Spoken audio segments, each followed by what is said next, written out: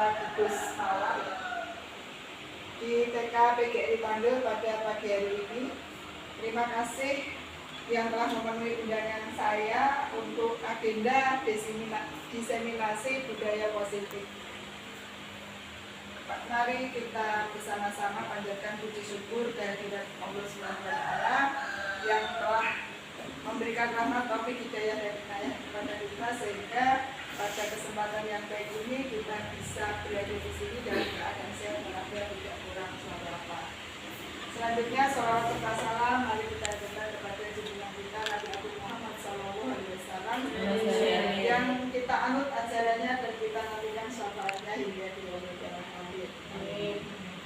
Pada kesempatan yang baik ini saya Biasnyati ingin menyampaikan atau mendiseminasikan tentang budaya positif yang ada di tangan kanak-kanak. Di sini budaya positif itu meliputi 6 hal itu. Yang pertama perubahan paradigma stimulus, yang kedua konsep disiplin positif, ketiga keyakinan kelas, yang keempat pemenuhan 5 kebutuhan dasar, yang kelima 5 posisi kontrol, dan yang keenam adalah segitiga restitusi. Ini nanti akan saya sampaikan lebih jelas satu persatu dari ke-6 budaya positif. Yang pertama perubahan paradigma stimulus. Perubahan atau pergeseran paradigma didefinisikan sebagai perubahan penting yang terjadi ketika cara berpikir yang biasa tentang melakukan sesuatu diganti dengan cara yang baru dan berbeda. Ini adalah pendapat dari Longbox 1962 dalam bukunya Structure of Scientific Revolution. Yang kedua, konsep disiplin positif. Disiplin positif itu merupakan pendekatan mendidik anak untuk melakukan kontrol diri dan pembentukan kepercayaan diri. Budaya positif di sekolah ialah nilai-nilai, keyakinan, dan kebiasaan-kebiasaan di sekolah yang berpihak pada murid agar murid dapat berkembang menjadi pribadi yang kritis, penuh hormat dan bertanggung jawab. Adapun cara mengajarkan disiplin positif pada anak, yang pertama, kenalkan sejak dini. Yang kedua, diskusikan setiap aturan dan kesepakatan yang dibuat. Yang ketiga, berikan konsekuensi logis. Yang keempat adalah bersikap tegas bukan marah. Jadi tegas dan marah itu beda gitu. Kalau tegas itu memang ya seperti itu, tapi kalau marah itu disertai emosi yang negatif. Yang ketiga adalah keyakinan kelas. Keyakinan kelas di sini adalah salah satu disiplin positif yang bisa kita terapkan dalam membangun budaya positif di sekolah. Jadi salah satu untuk membangun budaya positif di sekolah kita menggunakan keyakinan kelas. Dengan adanya keyakinan kelas di setiap kelas diharapkan dapat mewujudkan tujuan pendidikan yang berorientasi kepada profil pelajar Pancasila. Adapun langkah-langkah keyakinan kelas, yang pertama, guru meminta semua murid di kelas untuk menuliskan apa saja aturan yang perlu disepakati bersama di kelas. Jadi keyakinan kelas ini dibuat bukan dari guru saja, gitu. Jadi kita melibatkan murid, ya. Murid kita ajak untuk menuliskan apa saja aturan yang perlu kita sepakati. Jadi murid itu punya usul kesepakatan apa yang bisa kita buat seperti itu.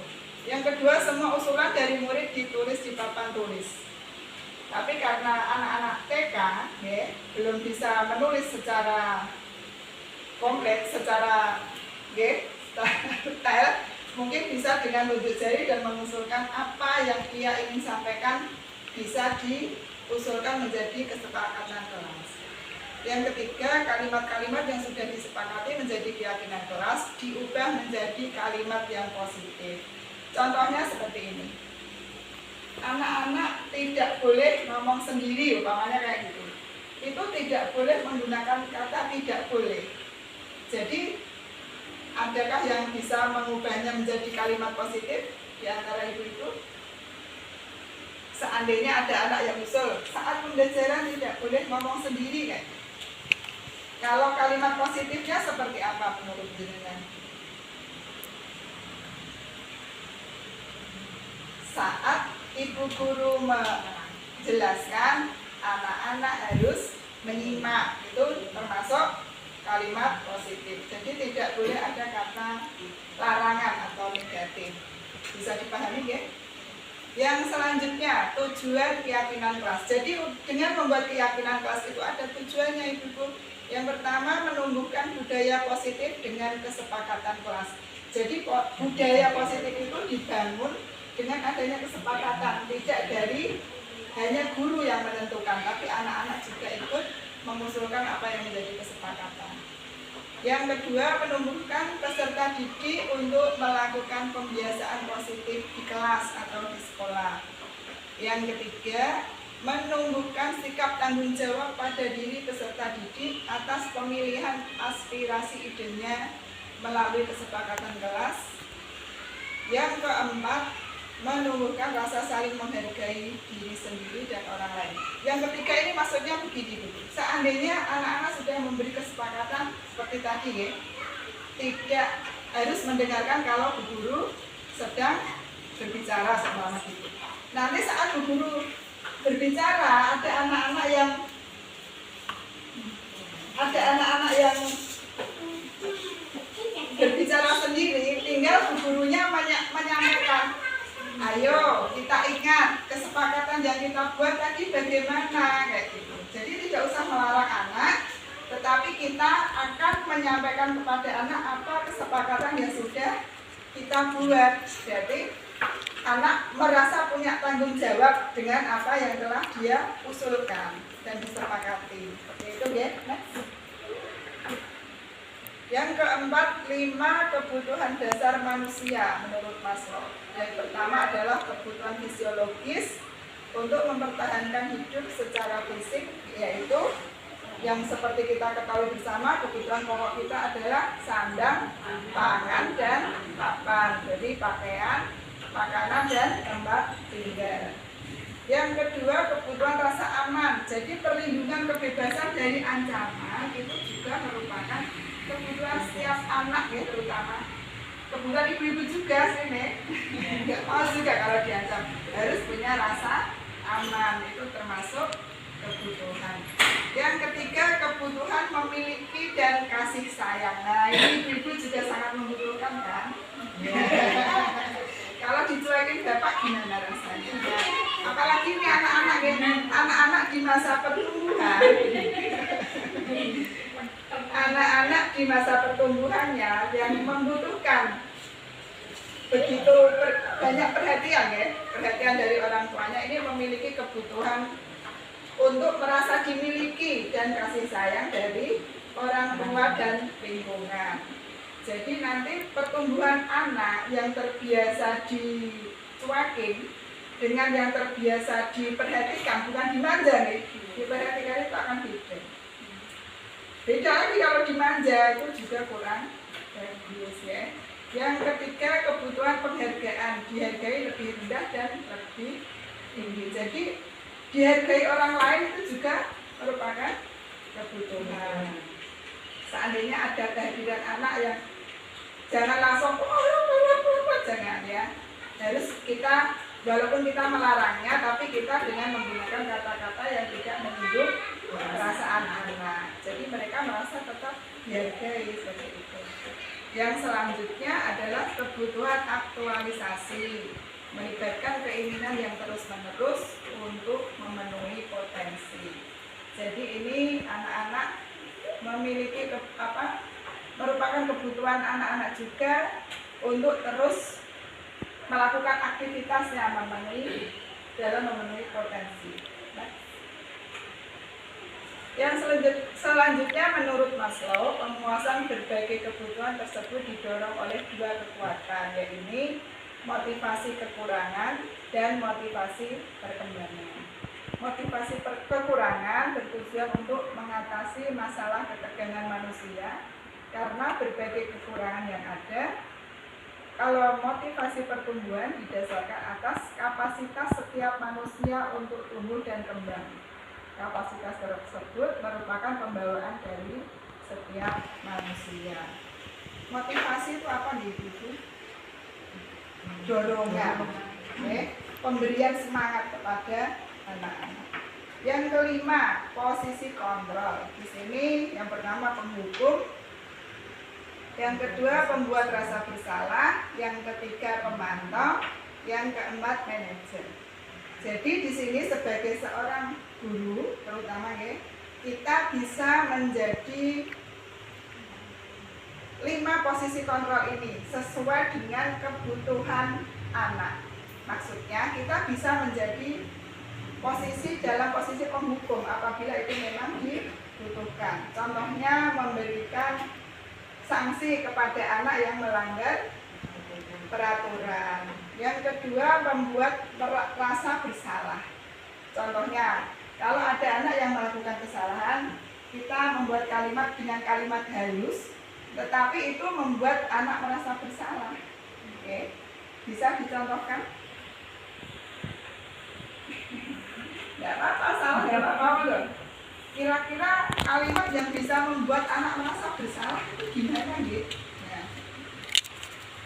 seandainya ada anak yang kasus apa ya kira-kira? Ada anak yang melanggar tidak menggunakan seragam hari itu. Terus kita menanyakannya biar anak itu merasa bersalah seperti apa kira-kira? Ayo, siapa yang dapat?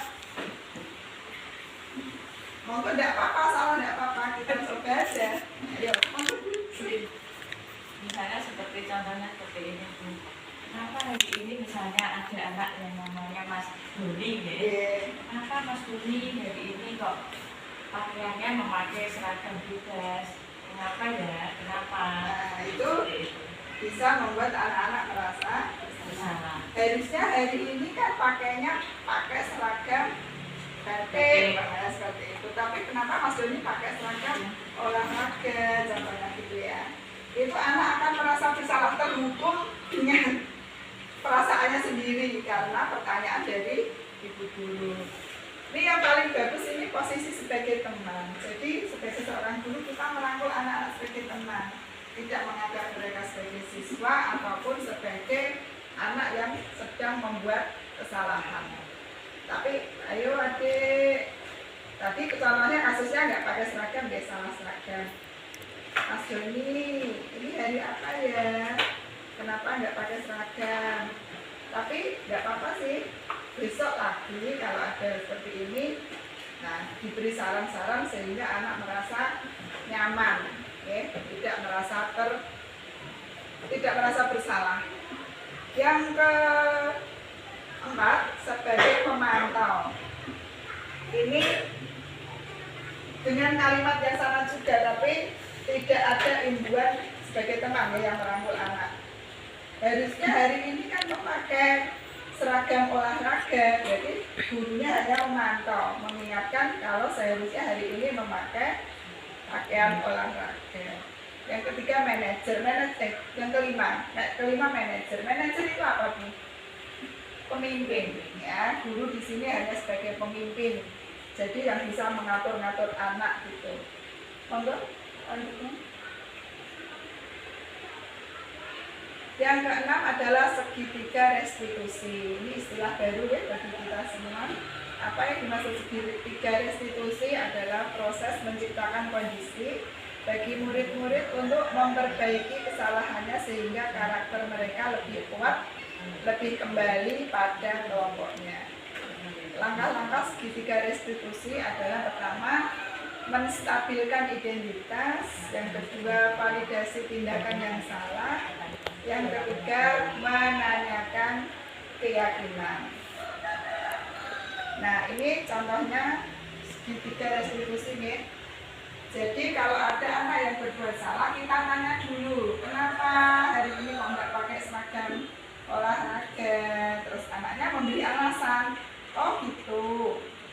Terus sebaiknya gimana? Kita kembalikan lagi ke anak. Jangan kita yang mendokterin anak untuk melakukan sebaiknya bagaimana biar besok tidak. Oh, baru dicuci ibu, mana bilang begitu. Malah nggak ada, masih di laundry, kan anak jawabnya macam-macam ya. Nah itu kita kembalikan sebaiknya seperti apa gitu. Ada yang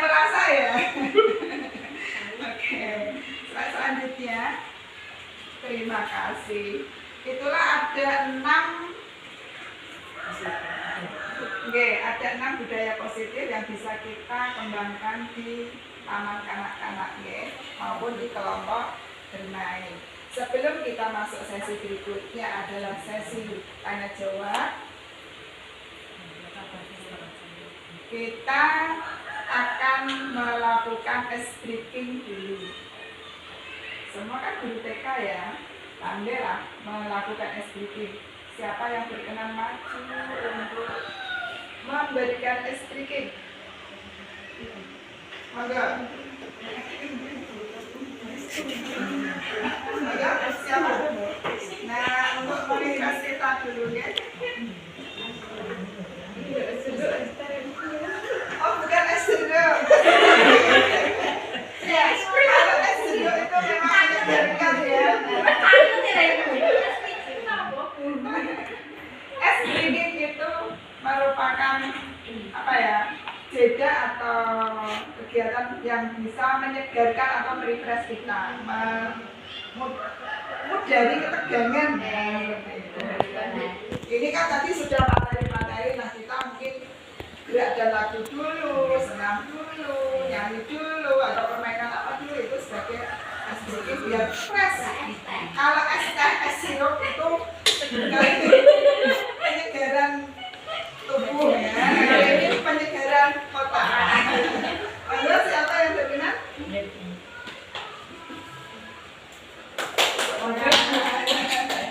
Mari kita breaking sebentar ya Bu, untuk merilekskan anggota tubuh kita. Ya, monggo silakan berdiri. Ditutup aja biar sih.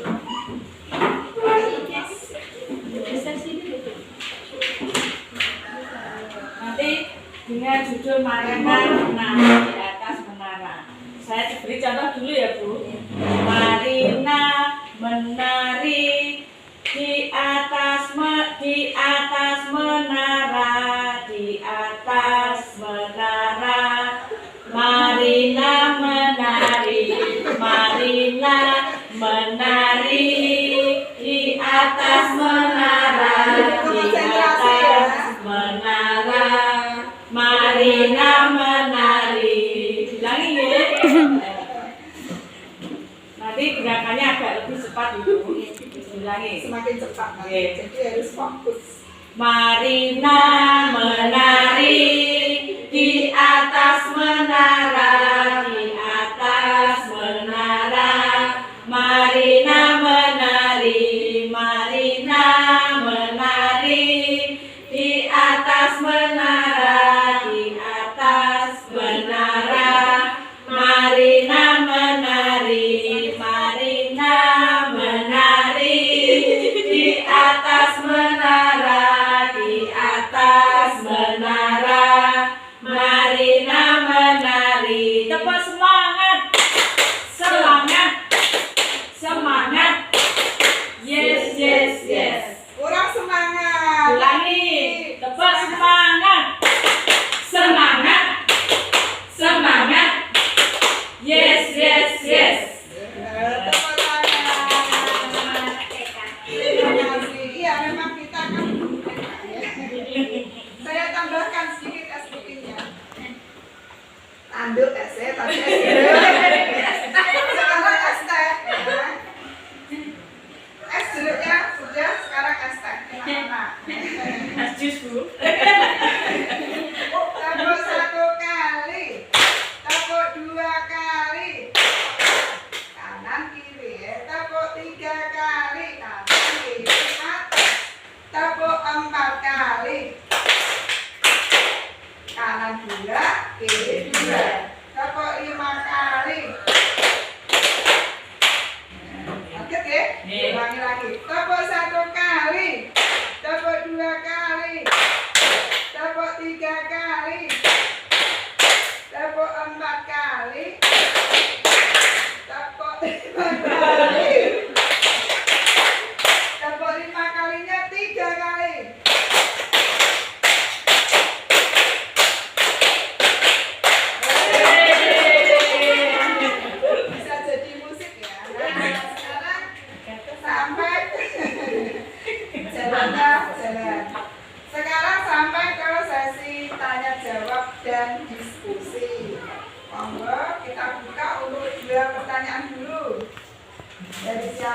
yang mau memberikan pertanyaan? Bisa tak? Saya Bu, ini bertanya, terima kasih atas waktu yang telah diberikan kepada saya. Ya, Ibu Dwi tadi sudah menjelaskan ada beberapa tentang penerapan budaya positif. Yang ingin saya tanyakan, bagaimana contoh penerapan budaya positif yang bisa diterapkan di TK? Terima kasih. Terima kasih. Langsung saya jawab ya.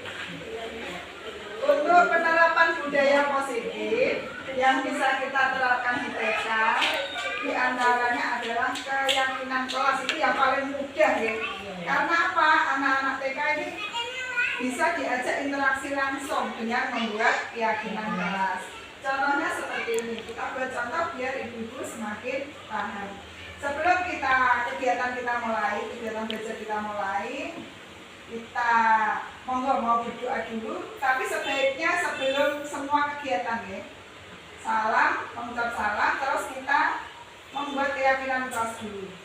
Ayo teman-teman atau anak-anak ya, kebiasaannya membuat seperti apa? Slide-nya yang budaya keyakinan kelas bisa. Nah, kita lihat anak-anak pas pembukaan kan di tengah semua. Kita sampaikan anak sebelum kegiatan kita mulai, ayo kita buat keyakinan kelas dulu ya teman-teman.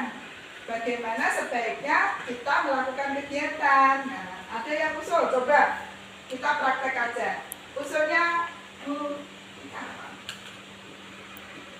gini nggak? Kita praktek, saya sebagai guru, teman-teman sebagai murid ya.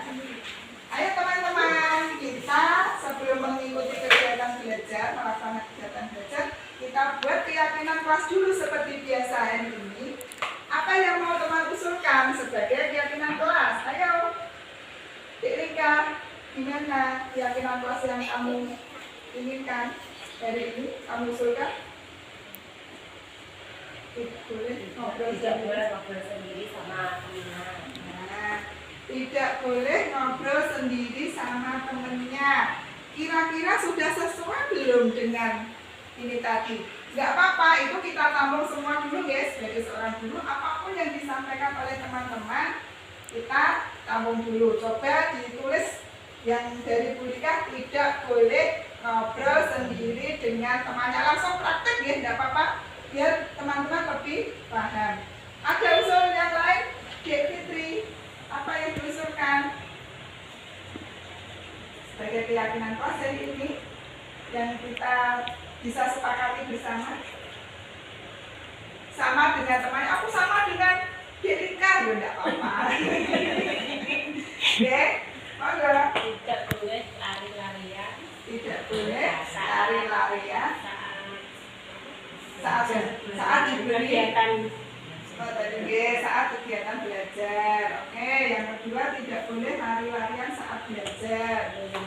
Dek Sri Suwasini, Buang sampah pada tempatnya, Bu. oke, terima kasih. Membuang sampah pada tempatnya. Mbak Dinda? Oh, nggak tahu itu.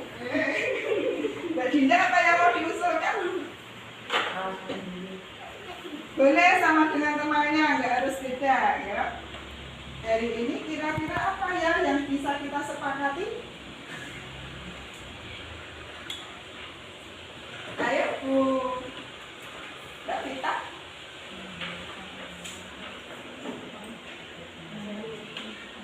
Yuk, siapa dulu yang mau mengusulkan? Mbak Sulis? Mengembalikan mainan sesaat bermain. Oke, mengembalikan mainan setelah bermain. Mbak Jihan? Menaruh tas di lokernya masing-masing. Oke, bagus. Mbak Sila? Senyum-senyum. Ayo. Belajar bersama dengan baik dan tidak berlalu. Oke. Kira-kira dari 1, 2, 3, 4, 5, 6 pendapat teman kita, sebagai seorang guru, apa yang bisa saya sampaikan? Yang pertama, tidak boleh ngobrol saat belajar. Sesuai dengan aturan membuat keyakinan kelas, harus menggunakan kalimat positif. Ayo kita ubah kalimatnya Tika. Tidak boleh ngobrol saat belajar. Saat belajar mengikuti kegiatan dengan baik. Mungkin seperti itu ya, atau mungkin ada kalimat lain, monggo. Yang kedua, Fitri tadi tidak boleh lari-larian saat kegiatan belajar. Mungkin bisa dengan sama dengan tadi ya, mengikuti kegiatan belajar dengan baik. Yang dari Mbak Sri sudah membuang sampah pada tempatnya. Dari Mbak Sulis tadi mengembalikan itu sudah kalimat positif karena tidak ada kata larangan di sana. Yang dari Mbak Cina menaruh tas sama. Yang dari Mbak Sira sama dengan yang kedua. Berarti ada berapa kesepakatan kelas yang bisa kita buat dari ini? Ada 1, 2, 3. Mengikuti kegiatan belajar dengan baik, membuang sampah pada tempatnya, menaruh tas di loker. Terima kasih. Bisa loh ya, praktek pertama kali sudah bisa. Yang kedua, bagaimana Bu Sri, sudah bisa dipahami jawabannya? Terima kasih Bu, saya sudah memahami tentang contoh penerapan budaya positif yang bisa diterapkan di sekolah. Itu yang paling gampang. Bu Lisa, slide yang macam-macam budaya positif. Yang paling atas nomor 2.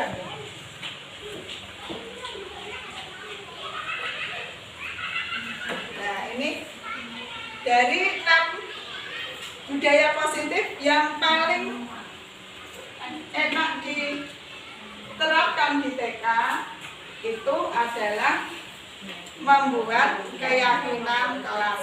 Kalau yang nomor 4, pemenuhan 5 kebutuhan dasar, itu juga harus dilakukan oleh seorang guru, tapi tidak melibatkan anak. Ya. Terus yang 5, posisi kontrol itu juga tergantung gurunya. Sepandai-pandai gurunya memahami karakteristik anak dan juga memahami kasus apa yang sedang terjadi seperti itu.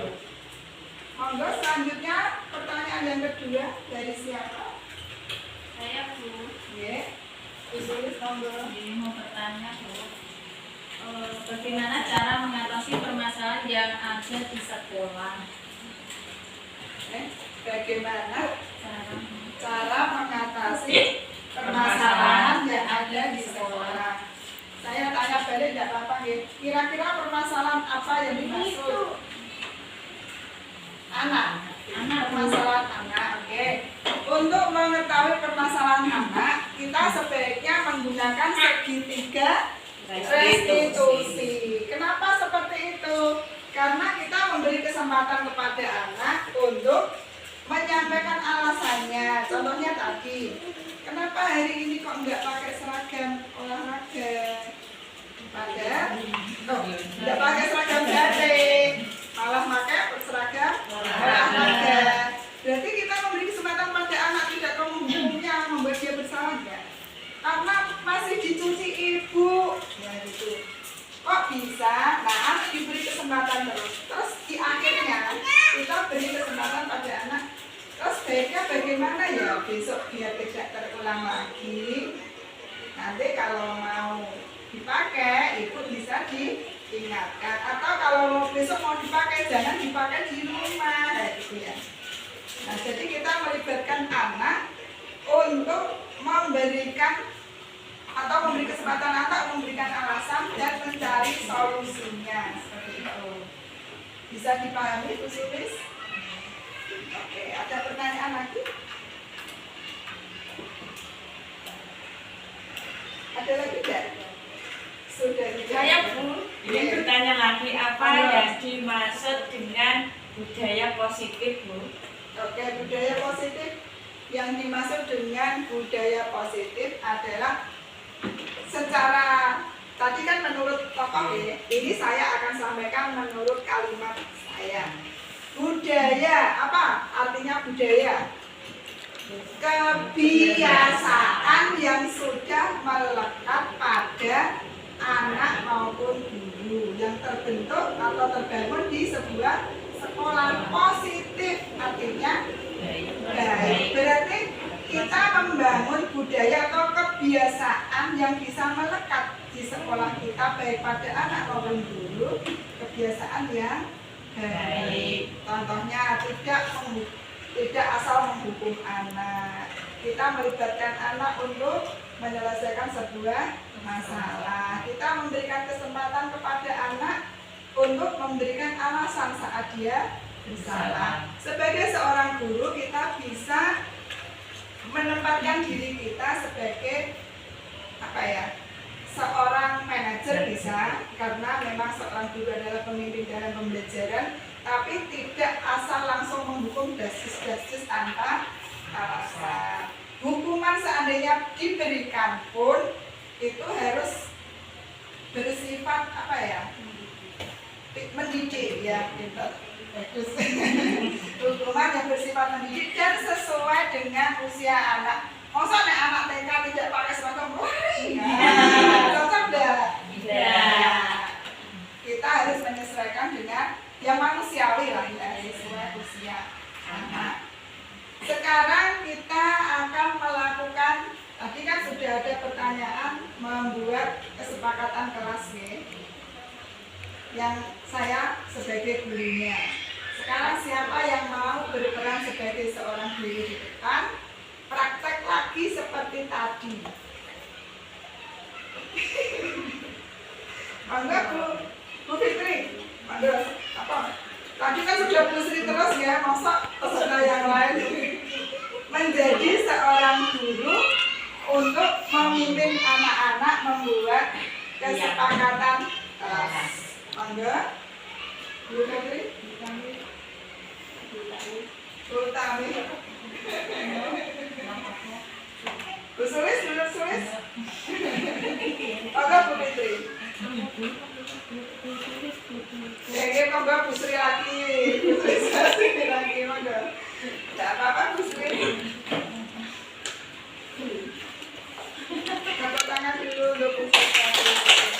Terima kasih ya. Nah, di sini nanti kita akan belajar untuk membuat keyakinan kesepakatan kelas. Sebelum belajar, anak-anak diajak membuat kesepakatan kelas supaya pembelajarannya bisa berjalan dengan baik. Apa ya? Bersifat koyok anak-anak beneran. Ini seperti guru yang sedang praktek dalam mengajar. Oke, biar bisa lebih menghayati. Monggo. Selamat pagi anak-anak. Selamat pagi, Guru. Jadi ini harinya apa ya? Hari Senin. Betul, pintar. Tepuk tangan. Untuk hari ini nanti kita akan sebelum belajar kita akan membuat keyakinan kelas. Keyakinan kelas itu supaya nanti anak-anak belajar bisa lebih nyaman, bisa lebih senang. Senang apa tidak hari ini? Senang. Oke, nanti kesepakatan kelas yang pertama nanti bisa dimulai dari Mbak Utami. Ayo, coba kira-kira kesepakatan apa yang bisa disepakati bersama. Nanti tidak rame Bu Guru mendengarkan penjelasan dari Bu Guru. Oke, terima kasih. Dari Mbak Utami. Soalnya tidak rame saat Rame. tidak rame saat mengikuti pembelajaran. Terus siapa lagi, Mbak Sulis? Mbak Sulis, coba kesepakatan apa ya yang bisa kita sepakati bersama? Ayo, siapa lagi? Apa lagi? Ya, Bu. Oh iya, Mbak Fitri, terima kasih. Nanti saya kalau sudah selesai belajar mau pulang, saya yang memimpin doa ya, Bu. Oke, ya, terima kasih. Berarti nanti Bu Fitri sebelum pulang mau menjadi pemimpin dalam doa. Terus siapa lagi yang mau? Ayo. Ayo, kesepakatan apa lagi yang bisa kita sepakati bersama? sama seperti aku nggak? Ayo. Urut aja Bu, urut aja biar semua usul. Jadi kalau pulang nanti yang paling pas saya pilih. Oke, berarti minta baris antri, ya. Antri dalam apa? Sebelum saat pulang sekolah. Terima kasih. Ayo Bu Fitri lagi. Mbak Fitri. Ya, ini Mbak Jinda. Mbak Jinda. Ayo, kesepakatan apa yang bisa kita sepakati?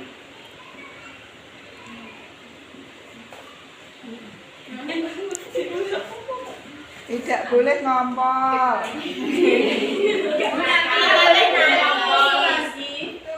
Nanti kalau sudah selesai mengerjakan tugasnya, boleh main ya Bu. Oke, boleh. Ya. Tidak apa setelah belajar nanti anak-anak boleh bermain. Ya, terima kasih. Boleh bermain. Boleh bermain. Boleh bermain setelah belajar. Sudah? Ada Ayo. berapa usul tadi? Yang sana belum Bu. Ayo. Meletakkan sepatu pada tempat Pinter ya, terima kasih ya. Menaruh sepatu pada tempatnya. Oke, itu kesepakatan yang telah kita sepakati pada hari ini ya. Ada berapa tadi? Kira-kira coba ada berapa? Lima. Ya, apa saja tadi? Tidak rame saat Tidak rame saat pembelajaran. mau memimpin doa, Memimpin doa sebelum pulang. antri Baris sebelum pulang. boleh bermain setelah Boleh belajar, bermain setelah belajar. meletakkan sepatu pada Pada tempatnya. Nah, itu 5 kesepakatan yang kita sepakati hari ini supaya kita senang dalam belajar. Tepuk tangan. Terima kasih. Dari Bu Sri Swasini. Sekarang siapa yang mau praktek lagi di depan Bu? Monggo. Nanti yang usul menggunakan ini ditulis ya. Monggo Bu. Hanya menyampaikan membuat kesepakatan. Ayo latihan. Biar bisa prakteknya. Nah. Nanti ini dipakai untuk teman-teman membuat kesepakatan biar ditulis biar nggak malu. Selamat pagi adik-adik semua. Selamat pagi, Guru. Bagaimana kabarnya hari ini? Alhamdulillah. Luar biasa. Tambah semangat. Allahu Akbar. Iya. Semangat sekali. Udah baca sarapan belum? Sudah, Bu. Alhamdulillah. Berarti semangat ya. Tapi sebelum belajar, Bu Guru hari ini mau ajak adik-adik semua untuk membuat kesepakatan kelas. Mau tidak ya? Mau. Oke, alhamdulillah. Nanti kita buat kesepakatan kelasnya ditulis di kertas ini ya. Iya. Oke. Nanti kalau mengucapkan biasanya kan malu. Nah kalau ditulis kan nggak malu. Terus dengeran juga sama teman-temannya. Oh, berarti nanti kesepakatannya berbeda-beda ya. Iya. Nggak boleh nyontek. Bu, nanti saya dengan gambar boleh, Bu? Boleh. Dengan apapun boleh ya. Bebas. Kan Belum memang belum bisa nulis ya, nulis. belum bisa nulis ya. Tidak Jadi boleh menangis berarti ada gambar menangis terbilang. itu ya. Berarti nanti boleh dengan gambar. Pokoknya nanti kertasnya ini boleh dengan gambar. Nanti kalau guru nggak tahu ini gambar apa yang kira-kira seperti itu nanti berarti baru bertanya terus adik-adik semua bercerita ya. Oke, Oke. sekarang kita bagikan ya kertasnya. Ya, Bu. Silahkan. Silahkan. Terima kasih. Kalau diberi bilang apa? Terima kasih, Bu. Sama-sama. Bu, saya minta juga boleh? Boleh. Boleh.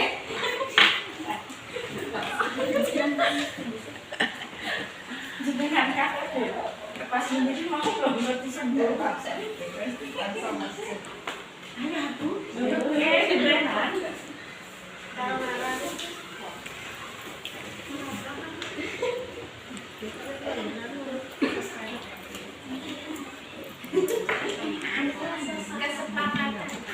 kesepakatan kelas. Artinya kalimat apa?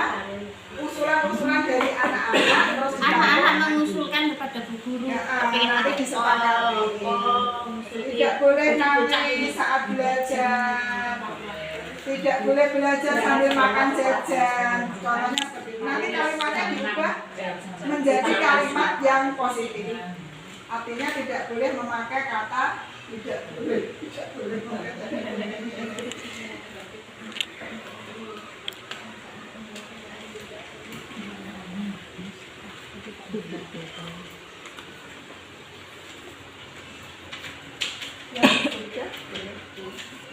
Sudah, ada yang sudah? Belum guru. Oke, yang sudah bisa dibawa ke depan. Ya, terima kasih. Terima kasih.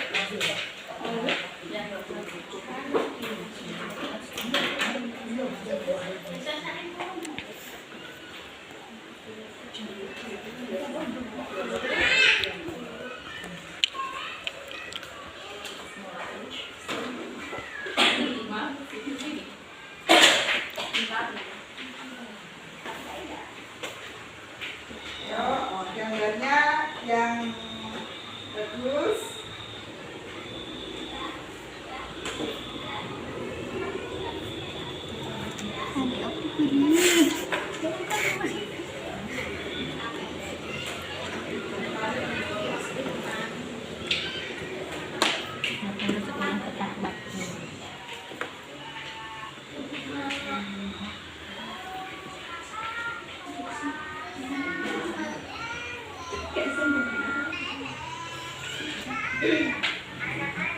Ada yang sudah selesai lagi? Saya sudah bu. Terima kasih.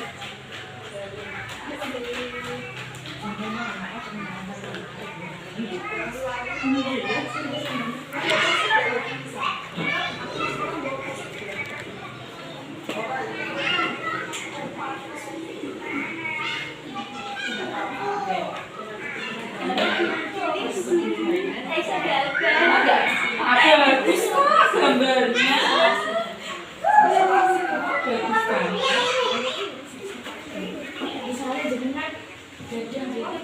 kasih.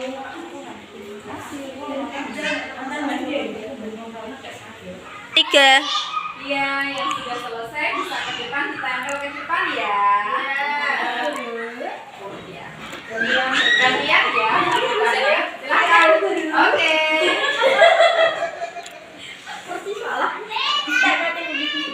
Di sini ya.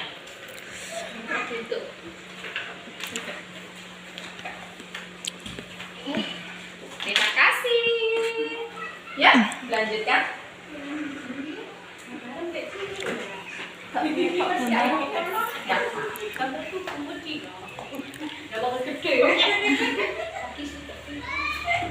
Selanjutnya, Ya Allah kecil banget.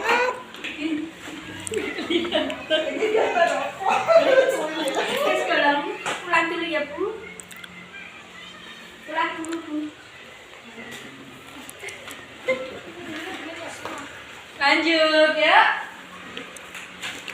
Selanjutnya, terima kasih. Selanjutnya,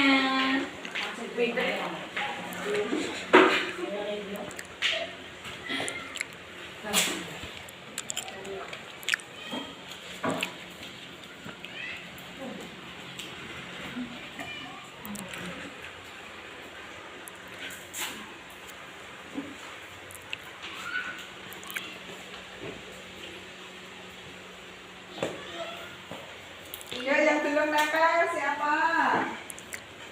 Sudah semua? Sudah bu. Bu Lisa? Dorong sini. terima kasih yang sudah mau membuat kesepakatan kelas hari ini. Kita lihat satu-satu ya, kita baca satu-satu ya. Ya bu. Ya, perhatikan sambil disimak ya. Ya, kesepakatan yang pertama, Ini ada gambar tempat sampah. Ini maksudnya buang sampah pada tempatnya apa gimana ya? Iya, Bu. Oh, maksudnya buang sampah. Kita punya sampah itu untuk supaya kelas kita bersih, itu kita membuang sampah pada tempat sampah. Oke, terima kasih hebat. Tepuk tangan Mbak Sri. Selanjutnya ada Kelompokkan yang sama dulu. Jadi tempat sampah. ini ada gambar lagi, ada gambar makan apa? Tempat sampah lagi, terus ada gambar tempat makanan. Itu maksudnya sampah makanan, sampah minuman dibuang pada tempatnya. Ini maksudnya juga sama. Ya. Buang sampah pada tempatnya, habis makan jajan, habis minuman, terus dibuang di tempatnya. Oke, terima kasih. Sama ya. Usul siapa ini tadi? Usul siapa ini tadi? Budinda. Oh, Budinda. Oke, terima kasih. Selanjutnya, Mami, tatanya mana? gambarnya kecil, maksudnya apa ya ini ya? Gambar siapa ini? Bu Vita menangis disilang, Bu. Oh, gambar anak sedang menangis di silang. Berarti ini maksudnya Tidak boleh tidak boleh menangis. menangis saat belajar. Oh, tidak menangis saat belajar. Anak hebat. Oke. Sini ya.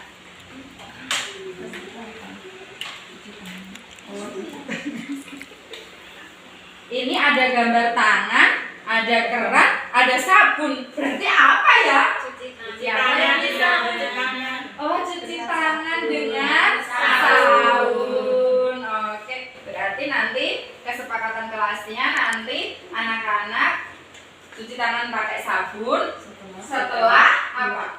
Melakukan kegiatan. Setelah melakukan kegiatan. Oke, hebat.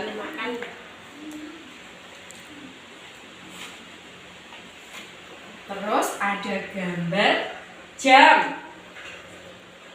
Datang sekolah harus tepat waktu. Berarti anak-anak harus datang sampai sini jam berapa ya? Sebelum jam 7 karena pelajaran kita dimulai jam 7. Hebat. Tepuk tangan buat yang bagus. Siapa itu tadi? Oh iya. Mulika. Nah, ini ada gambar jam lagi. Nah, jam 6. Ini ada angka 6 lewat jam 6. Berarti ini maksudnya bagaimana? Tulis. Setelah 7 gue harus sudah jam 7 harus sudah sampai sekolah. Oh, jam 7 sudah sampai sekolah berarti sama ya. Oke, hebat. Tepuk tangan lagi. Kesepakatan selanjutnya, habis belajar menggambar buku dan alat tulis ditaruh pada tempatnya. Hingga ada gambar buku, ada pensil, ada raknya. Siapa yang Siapa yang membuat? Hebat. Yang selanjutnya, mendengarkan ibu guru menjelaskan di depan kelas, belajar dengan baik bersama teman. Berarti nanti selama pembelajaran tidak rame saat belajar ya, saat belajar tidak rame. Hebat. Jadi ada berapa? Berarti ada kesepakatan, ada berapa kesepakatan? 1, 2, 3, 4, 5, 6. Hari ini nanti ada 6 kesepakatan. Apa saja ya? Yang pertama, buang sampah. Yang kedua, saat pembelajaran. Selanjutnya, Cuci tangan sudah melakukan kegiatan. Yang keempat, berangkat sekolah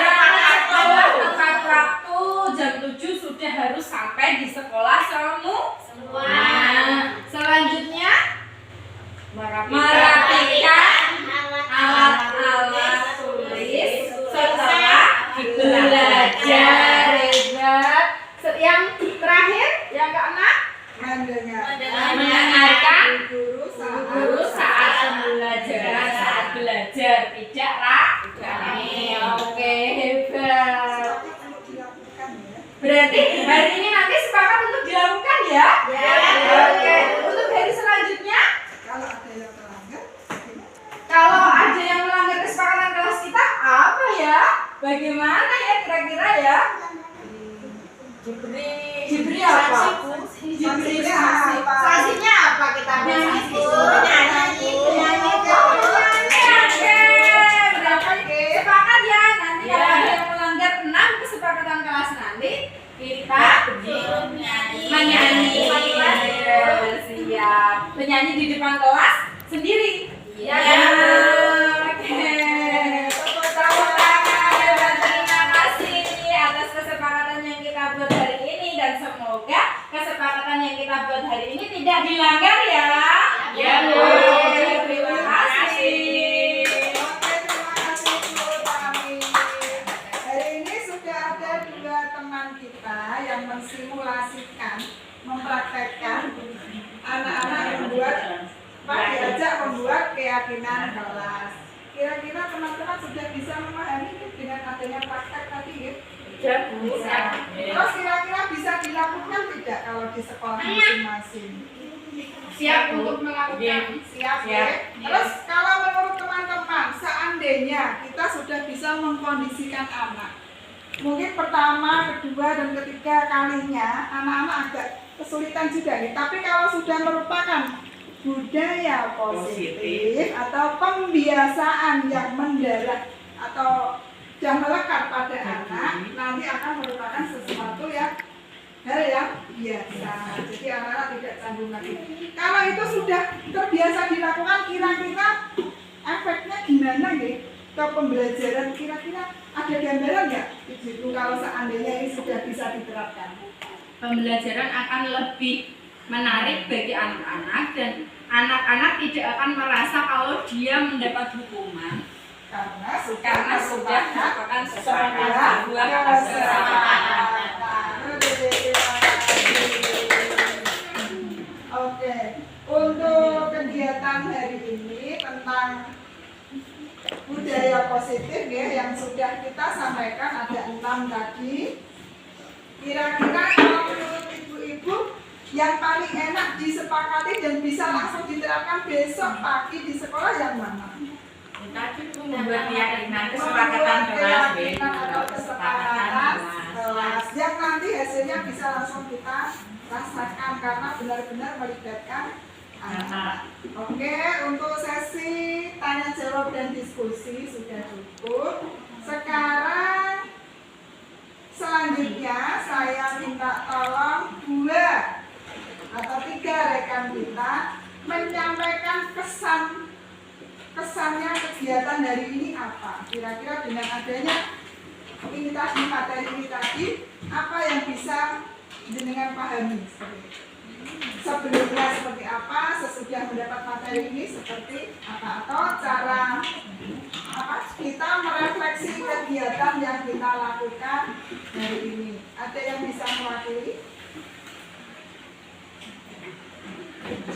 Bangga, Bu Sri, sama sini. Terima kasih Bu. Terima kasih. Di sini saya ingin merefleksikan kegiatan setelah mengikuti diseminasi budaya positif. Saya memahami tentang apa itu budaya positif dan contoh-contoh penerapan budaya positif yang bisa kita terapkan di lembaga sekolah saya, yaitu tadi contohnya ada membuat kesepakatan kelas dan saya akan menerapkan kesepakatan kelas tadi di lembaga sekolah kami.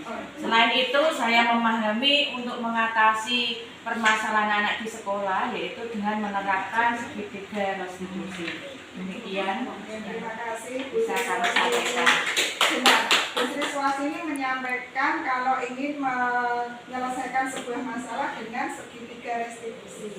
Berarti Bu Sri Swasini sudah memahami ya yang saya sampaikan tentang segitiga restitusi. Tolong sampaikan sekilas aja bagaimana pemahaman Bu Sri Sri tentang segitiga restitusi. Ya tadi kan Yang ada. sudah saya sampaikan, tapi ini saya pengen pemahaman jenengan. Ya tadi kan yang sudah disampaikan oleh Bu Dwi tadi untuk segitiga restitusi kan ada 3 langkah-langkahnya, yaitu 1 menstabilkan identitas.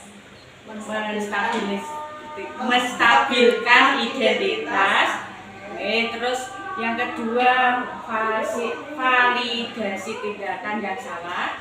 Yang ketiga menanyakan keyakinan. Kan tadi anak-anak sudah diajak membuat keyakinan jelas kalau melanggar aturan ya kita kalau ada permasalahan kita selesaikan dengan menerapkan segitiga restitusi tadi. Terima kasih. Terima kasih. Ada lagi ya, 1 teman lagi yang hari ini tentang budaya positif ya yang sudah kita sampaikan ada 6 tadi. Kira-kira kalau menurut ibu-ibu yang paling enak disepakati dan bisa langsung diterapkan besok pagi di sekolah yang mana? Tadi itu membuat keyakinan kesepakatan kelas, kesepakatan kelas yang nanti hasilnya bisa langsung kita rasakan karena benar-benar melibatkan anak. Oke, untuk sesi tanya jawab dan diskusi sudah cukup. Sekarang selanjutnya saya minta tolong 2 atau 3 rekan kita menyampaikan kesannya kegiatan hari ini apa. Kira-kira dengan adanya ini tadi, materi ini tadi, apa yang bisa jenengan pahami? Sebelumnya seperti apa, sesudah mendapat materi ini seperti apa, atau cara kita merefleksi kegiatan yang kita lakukan hari ini. Ada yang bisa mewakili? Monggo, Bu Sri, sama sini. Terima kasih Bu. Terima kasih. Di sini saya ingin merefleksikan kegiatan setelah mengikuti diseminasi budaya positif. Saya memahami tentang apa itu budaya positif dan contoh-contoh penerapan budaya positif yang bisa kita terapkan di lembaga sekolah saya, yaitu tadi contohnya ada membuat kesepakatan kelas dan saya akan menerapkan kesepakatan kelas tadi di lembaga sekolah kami. Selain itu saya memahami untuk mengatasi permasalahan anak di sekolah yaitu dengan menerapkan segitiga restitusi. Demikian Terima kasih. bisa kami sampaikan. Bu Sri Swasini menyampaikan kalau ingin menyelesaikan sebuah masalah dengan segitiga restitusi. Berarti Bu Sri Swasini sudah memahami ya yang saya sampaikan tentang segitiga restitusi. Tolong sampaikan sekilas aja bagaimana pemahaman Bu Sri tentang segitiga restitusi. Ya tadi kan Yang ada. sudah saya sampaikan, tapi ini saya pengen pemahaman jenengan. Ya tadi kan yang sudah disampaikan oleh Bu Dwi tadi untuk segitiga restitusi kan ada 3 langkah-langkahnya, yaitu 1 menstabilkan identitas.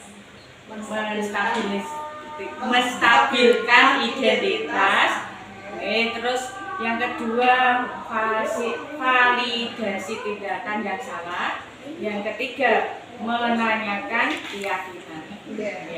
Kan tadi anak-anak sudah diajak membuat keyakinan jelas kalau melanggar aturan ya kita kalau ada permasalahan kita selesaikan dengan menerapkan segitiga restitusi tadi. Terima kasih. Terima kasih.